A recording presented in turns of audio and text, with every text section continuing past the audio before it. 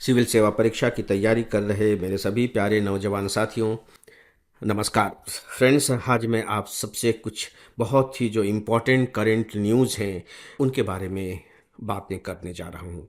Important current news के बारे में। अभी मध्य प्रदेश के मुख्यमंत्री जी ने विक्रमादित्य वैदिक घड़ी और मोबाइल ऐप का लोकार्पण किया है। विक्रमादित्य वैदिक घड़ी और मोबाइल एक जाहिर है कि आपकी कला और संस्कृति का विषय है। इसकी विशेषता क्या है?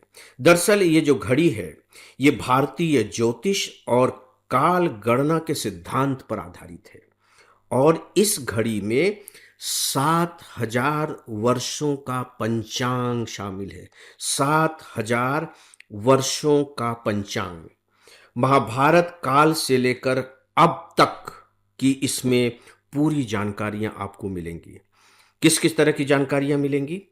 पूरा पंचांग है। अगर आप पंचांग के बारे में जानते हो, जब आप ज्योतिष के पास जाते हैं या जब मुहूर्त वगैरह निकलवाते हैं, तो आप देखिए कि कैसे जो पंडित जी हैं वो पंचांग खोलते हैं, निकालते हैं। मैंने भी पंचांग पढ़ना सीख लिया था, लेकिन अब तो अभ्यास छूट गया है। वो अद्भुत चीज है। मतलब उसमें जो आपको छोटे छोटे अंक और आंकड़े दिखते रहते हैं ना, वो अपने आप में बहुत कुछ कहते हैं। वो एक तरीके से फार्मूले होते हैं और उन्हें पढ़ना जरा सा भी अगर आप सीख जाएं तो बड़ा मजा आता है और अंदर से बड़ा कॉन्फिडेंस भी पैदा होता है। तो इस पे पंचांग है, तिथि है, जो नक्षत्र हैं वो है, नक्षत्रों के आपस में जो योग बनते हैं वे हैं, हमारे जो व्रत और त्योहार आते हैं वे सब हैं, जो महत्वपूर्ण जो मुहूर्त होते हैं, जो महत्वपूर्ण धार्मिक कार्य और साधना के लिए जो समय निकाले जाते हैं, वे सब भी इसमें हैं। सोच करके देखिए कि यह अपने आप में कितना अद्भुत होगा। तो दोस्तों, इसका लोकार्पण मध्य प्रदेश के मुख्यमंत्री जी ने किया है। अब ये जो घड़ी है और भी स्थानों पर आपको देखने को मिल सकती हैं। जब इस घड़ी का लोकार्पण हुआ था तो मैं उन सौभाग्यशाली लोगों में हूँ कि मुझसे इसके बारे में मुख्यमंत्री कार्यालय ने बाइट मांगी थी। मेरा वीडियो इसमें शामिल किया गया है। आप यहाँ स्क्रीन पर उस वीडियो को देख सकते हैं। मैं हूं डॉक्टर विजय अग्रवाल, लेखक और फॉर्मल सिविल सर्वेंट। ये बहुत हर्ष का विषय है कि हमारे मुख्यमंत्री डॉक्टर मोहन यादव जी विक्रमादित्य वैदिक घड़ी ऐप का लोकार्पण करने जा रहे हैं। यह ऐप हमारे आधुनिक वैज्ञानिक दृष्टि और सनातन परंपरा, इन दोनों का अद्भुत संगम है। इसके माध्यम से हमारी जो धरोहर रही है, जो सांस्कृतिक धरोहर रही है और काल गणना के बारे में हमारी जो सटीकता रही है, वह दुनिया के मंच पर प्रकाशित हो सकेगी। इसके लिए मैं इस क्षण पर अपने सभी देशवासियों को बहुत बहुत हार्दिक बधाई देता हूं। तो थोड़ी सी विशेषता आपको इस घड़ी की उससे जानने को मिल जाएगी। दोस्तों, यह एक बहुत ही महत्वपूर्ण घटना है साहित्य, कला और संस्कृति की दृष्टि से। फ्रेंड्स, आपके लिए एक उपयोगी सूचना। मैंने आईएएस की तैयारी के लिए 2 पुस्तकें लिखी हैं। आप आईएएस कैसे बनेंगे, इसी के 2 भाग हैं। यह इंग्लिश में भी है। अब तक इसकी लाखों प्रतियां बिक चुकी हैं।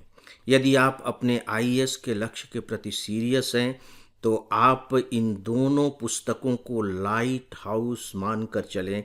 यह आपके लिए एक प्रकार से मस्ट रीड बुक है। आप नीचे डिस्क्रिप्शन में दिए गए लिंक से ये दोनों पुस्तकें मंगा सकते हैं। दोस्तों, जो दूसरी महत्वपूर्ण घटना है वो यह है कि आपको मालूम है कि सेमिकॉन 2025 सम्मेलन की शुरुआत हो गई है। इसके उद्घाटन के अवसर पर हमारे जो आईटी मंत्री हैं, उन्होंने एक बहुत महत्वपूर्ण भेंट प्रधानमंत्री जी को दी है।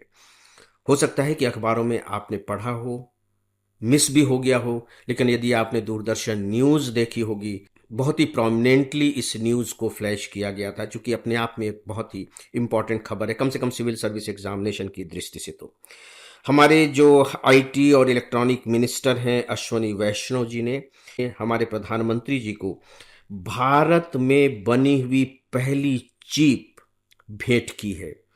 भारत में बनी हुई पहली चिप, इसीलिए यह खबर इतनी इंपॉर्टेंट हो गई है। और उस चिप का नाम है विक्रम 3201। याद रख लीजिएगा नाम, विक्रम 3201। जब मैंने कहा कि चिप भेंट की है तो शायद आप इसके इम्पोर्टेंस को समझ गए होंगे। आज चाहे आपका मोबाइल फ़ोन हो, स्कूटी हो या रॉकेट क्यों न उड़ रहे हों, बिना चिप के संभव नहीं है। और आप जानते हैं कि खासकर हम अपनी ज़रूरत का जितना भी इस तरह का सामान होता था, सब बाहर से ही आयात करते थे। अभी भी आयात कर रहे हैं, ऐसा नहीं कि हम इसमें आत्मनिर्भर हो गए हैं। हमारे लिए जो सबसे बड़ा देश था जिनसे हम चिप खरीदते थे वो ताइवान था। इसके बाद अमेरिका, चीन, दक्षिण कोरिया, मलेशिया भी इसका निर्माण करते हैं। तो दोस्तों, अब इसकी शुरुआत भारत में हो गई है। अब इससे जुड़ा हुआ एक बहुत ही महत्वपूर्ण टॉपिक आपके सिविल सर्विस एग्जामिनेशन के लिए उभरता है, और वो है इंडिया सेमी कंडक्टर मिशन। मुझे पूरा विश्वास है कि इसके बारे में आपको मालूम होगा। लगभग 3.5 साल पहले इसकी शुरुआत हुई थी इंडिया सेमी कंडक्टर मिशन की, और भारत लगातार इस कोशिश में है कि हम अपने यहाँ सेमी कंडक्टर के जो उत्पादन के लिए जो भी मशीनरी चाहिए, जो भी टेक्नोलॉजी चाहिए, स्किल चाहिए, वो डेवलप करें। और धीरे धीरे धीरे धीरे भारत इस दिशा में आगे बढ़ रहा है, और ख़ासकर इसे आप इसकी शुरुआत मान सकते हैं। प्रधानमंत्री जी ने इसी समय एक बहुत ही अच्छे शब्द का उपयोग किया था, वो था design in India. Design in India, make in India के बारे में तो आपने सुना है। ये डिज़ाइन इन इंडिया क्या है? सीधी सी बात है कि आप भारत में तो बना रहे हैं, लेकिन भारत में ही आप डिज़ाइन भी बनाइए। यानी कि यूं कह लीजिए कि हम विश्व के निवेशकों को आमंत्रित कर रहे हैं कि ठीक है, आप यहां आकर के उत्पादन तो कीजिए ही कीजिए, लेकिन आप डिजाइन भी बनाइए। तो एक प्रकार से आप कह सकते हैं कि यह मेक इन इंडिया का ही विस्तार है, डिजाइन इन इंडिया। तो अब आपके आंसर में ये डिजाइन इन इंडिया शब्द भी शामिल हो जाना चाहिए। दोस्तों, जो नेक्स्ट खबर है वो है सुप्रीम कोर्ट के एक स्टेटमेंट को लेकर। और ये स्टेटमेंट सच पूछे तो सोशियोलॉजी का एक इम्पॉर्टेंट स्टेटमेंट है, और ये आपके एग्जामिनेशन की दृष्टि से इसीलिए मुझे महत्वपूर्ण लग रहा है, और साथ ही साथ एसे राइटिंग की दृष्टि से भी। सुप्रीम कोर्ट ने क्या कहा है? देखिए, बात बहुत छोटी सी है। हमारी पारिवारिक संरचना इसे जी भी रही है, लेकिन जो कानून होते हैं वो अपने ढंग से काम करते हैं, और जब फैसले आते हैं तो सीधी सी बात है कि वो कानून के अनुसार ही आते हैं। सुप्रीम कोर्ट ने कहा है कि हर बच्चे को अपनी माँ और अपने पिता दोनों के स्नेह, मार्गदर्शन और भावनात्मक सहयोग प्राप्त करने का अधिकार है। सुनने के बाद आपको थोड़ा सा हो सकता है कि अटपटा सा लगा हो। इसमें प्रॉब्लम क्या है? दोस्तों, जिस तरीके से हमारे समाज में जो दाम्पत्य जीवन है उसमें खटास आती चली जा रही है, खाइयाँ बढ़ती चली जा रही हैं, उस दृष्टि से सुप्रीम कोर्ट का जो स्टेटमेंट है ये अपने आप में बहुत इम्पॉर्टेंट है।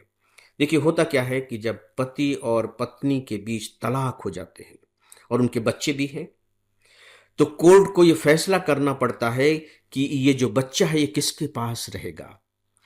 दोनों अपने अपने ढंग से उस पर अधिकार जताने की कोशिश करते हैं। माँ तो देखी करती ही करती है, लेकिन कभी कभी ऐसा हो जाता है कि पिता भी कोशिश करता है, और फिर मामला विवाद में उलझ जाता है। कभी कभी ऐसा भी होता है कि विवाद नहीं होता और दोनों की सहमति से बच्चे को या तो किसी एक को सौंप दिया जाता है, या दोनों ही बच्चे की परवरिश करते रहते हैं, मिलते रहते हैं बच्चे से। लेकिन यदि कोर्ट जजमेंट देता है तो फिर कानून के हिसाब से देता है। उसकी जो कस्टडी है या तो माँ को सौंप देता है या पिता को सौंप देता है। अब बच्चा जो है, सीधी सी बात है कि या तो माँ के भावनात्मक सहयोग से वंचित रहता है या पिता के भावनात्मक सहयोग से वंचित हो जाता है। मामला अभी इसी तरह का था। मामला ये था कि एक पति है जो कोर्ट में गया था, उनकी जो पत्नी है वो आयरलैंड में रहती हैं, और जब पति बच्चे से फोन पर बात करने की कोशिश करता है तो उसे बात करने नहीं दिया जाता, या यूं कह लीजिए कि बच्चे से उसकी बात नहीं कराई जाती है। इसीलिए जो पिता है वो कोर्ट में गया। इसकी सुनवाई करते हुए ही सुप्रीम कोर्ट ने ये बात कही, और देखिए उन्होंने कहा है कि सहयोग का अधिकार है, भावनात्मक सहयोग का अधिकार है। वो ये बात नहीं कह रहे हैं कि नहीं, दोनों को ध्यान रखना चाहिए, बच्चा तो दोनों का ही है, इसी से बच्चे का पूरी तरह से विकास होता है, वो तो है ही है। लेकिन जब कोर्ट जब कोई बात करता है तो सीधी सी बात है कि वो अधिकार की भाषा में बात करता है। तो निश्चित रूप से मुझे लगता है कि सुप्रीम कोर्ट का यह जो स्टेटमेंट है वह अपने आप में बहुत ही महत्वपूर्ण स्टेटमेंट है। अब यह स्टेटमेंट कानून का कितना रूप ले पाएगा हम नहीं जानते, कानून कैसे इस पर विचार करके अपने कानून में किस तरह का परिवर्तन करेगा हम नहीं जानते। लेकिन मुझे लगता है कि सिविल सर्विस परीक्षा की तैयारी करने वाले एक एस्पिरेंट की दृष्टि से आपको सुप्रीम कोर्ट के जो ये थॉट हैं, ये जो विचार हैं, इसकी जानकारी होनी चाहिए। तो दोस्तों, आज इस विषय पर बस इतना ही, और अब आज के इस डेली ऑडियो लेक्चर को यहीं समाप्त करते हैं। नमस्कार।